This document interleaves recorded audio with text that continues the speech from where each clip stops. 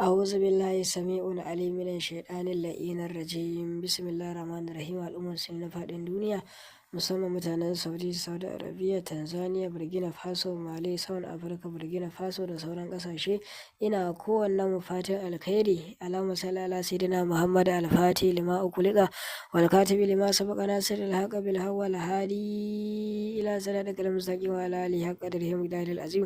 Ayo na zama ku wani zazzafa attajiri garnagaki dirkeken sirrin karya sihiri.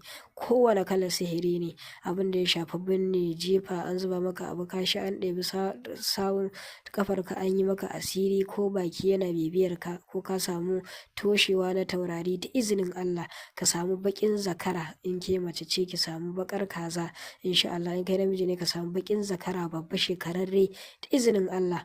Insha Allah sai a yanka shi, sai a rubuta Yasin ƙafa 3, ɗaya da wasali da 'ya'ya, ɗaya ba wasali ba 'ya'ya, ɗaya kuma ba 'ya'yan ba wasalin. Shinkafa da wake kenan ake cewa, wasu ce wake wasu kuma su ce zabo.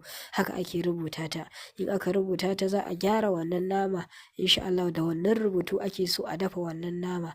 Insha Allah za a dafa shi da wannan rubutu, a sa duk kayan haɗin da ya kamata a sa na dahuwa za a saka, insha Allah. A dafa shi, kayan yaji komai za ka dafa shi yadda kake so, amma da wannan ruwan rubutu. Sai ka cinye, ba a tauna ƙashi. Ƙasusuwan bayan ka gama cinyewa za ka tattare su, ka samu tsumma ka ɗaure, sai ka binne su da izinin Allah. Duk wani asiri da aka yi maka a rayuwarka, da wanda ka sani da wanda baka sani ba, insha Allah, da duk wani abin da zai cutar da kai, sannan yana dafa'i, yana kariya, insha Allah, ta yadda za ka daina fuskantar irin abin da maƙiya suke maka, ko kuma suke ganin su ga bayanka, da izinin Allah. Izinin wannan sirri a mana shiya. Abin da ba a gane ba za a tuntuɓe mu ta WhatsApp domin ƙarin bayani ko kuma kira. Ina kowannen ku fatan alkhairi. A daure a mana subscribing, a yi shiya ɗin wannan attajirin sirri domin 'yan uwa musulmi su gani su amfana. Bisalam.